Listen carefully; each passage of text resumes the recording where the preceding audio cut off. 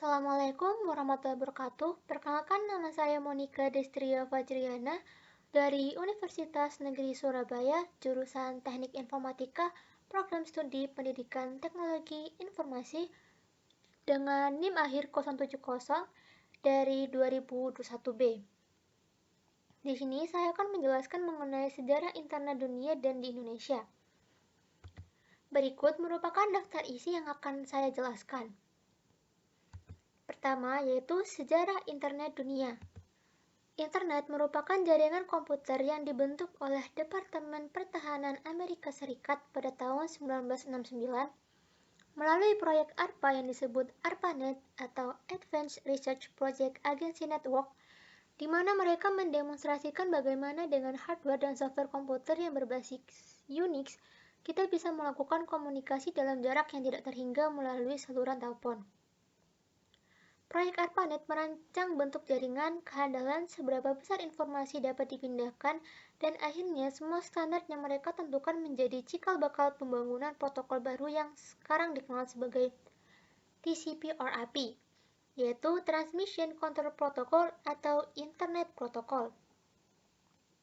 Tujuan awal dibangunnya proyek itu adalah untuk keperluan militer. Pada saat itu, Departemen Pertahanan Amerika Serikat atau US Department of Defense membuat sistem jaringan komputer yang tersebar dengan menghubungkan komputer di daerah-daerah vital untuk mengatasi masalah bila terjadi serangan nuklir dan untuk menghindari terjadinya informasi terpusat yang apabila terjadi perang dapat mudah dihancurkan. Pada mulanya, ARPANET hanya menghubungkan 4 situs saja, yaitu Stanford Research Institute, University of California, Santa Barbara, University of Utah, di mana mereka membentuk satu jaringan terpadu pada tahun 1969, dan secara umum ARPANET diperkenalkan pada bulan Oktober 1972.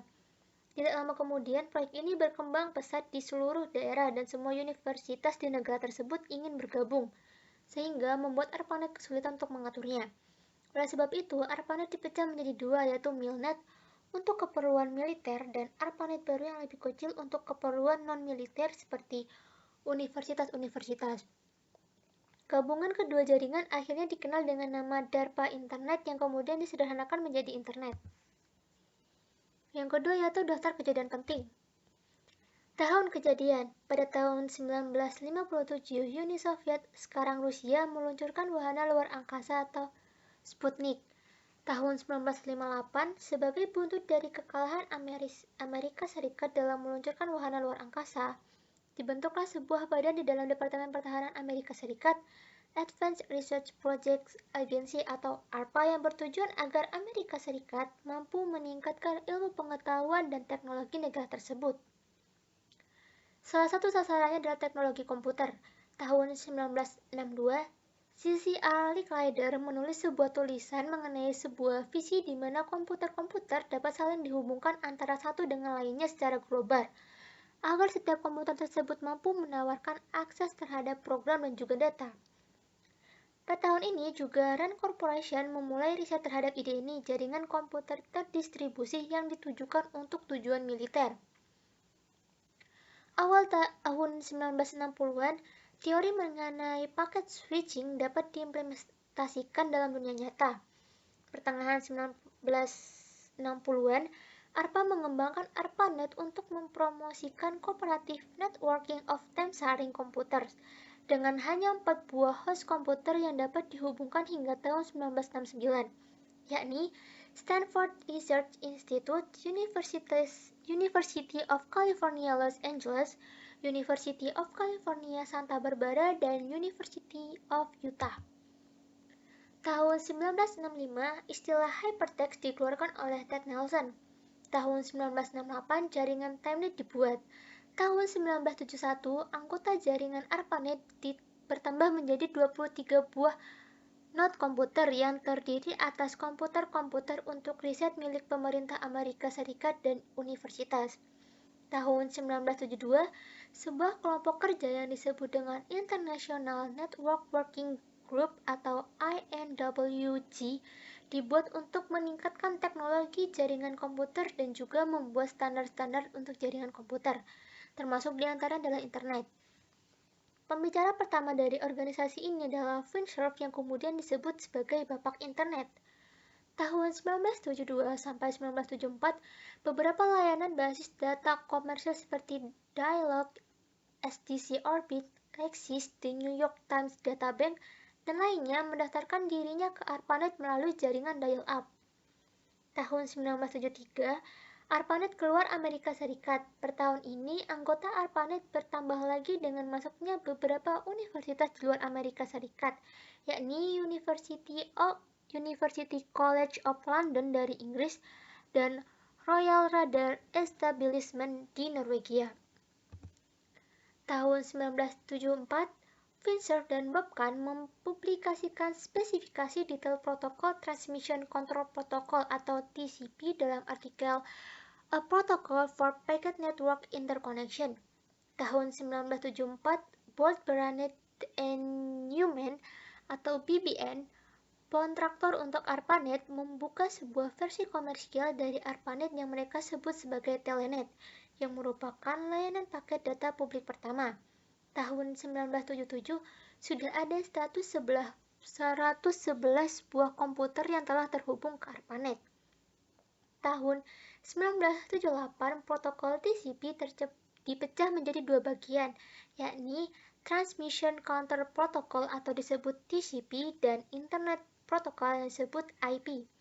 Tahun 1979, grup diskusi Usenet pertama dibuat oleh Tom Truscott, Jim Ellis dan Steve Belovin, alumni dari Duke University dan University of North Carolina, Amerika Serikat. Setelah itu, penggunaan Usenet pun meningkat secara drastis. Pada tahun ini pula, emoticon diusulkan oleh Kevin McKenzie. Awal 1980-an, komputer pribadi atau PC mewabah dan menjadi bagian dari banyak hidup manusia. Tahun ini tercatat ARPANET telah memiliki anggota hingga 213 host yang terhubung. Layanan BitNet atau Because It's Time Network dimulai dengan menyediakan layanan email, mailing list, dan juga File Transfer Protocol atau FTP. Tahun 1982, istilah internet pertama kali digunakan dan TCP or IP diadopsi sebagai protokol universal untuk jaringan tersebut. Name server mulai dikembangkan sehingga mengizinkan para pengguna agar dapat terhubung kepada sebuah host tanpa harus mengetahui jalur pasti menuju host tersebut. Tahun ini tercatat ada lebih dari 1.000 buah host yang tergabung ke internet. Tahun 1986 diperkenalkan sistem nama domain yang sekarang dikenal sebagai DNS atau Domain Name System yang berfungsi untuk menyeragamkan sistem pemberian nama alamat di jaringan komputer. Selanjutnya yaitu perkembangan internet. Internet telah membuat revolusi baru dalam dunia komputer dan dunia komunikasi yang tidak pernah diduga sebelumnya.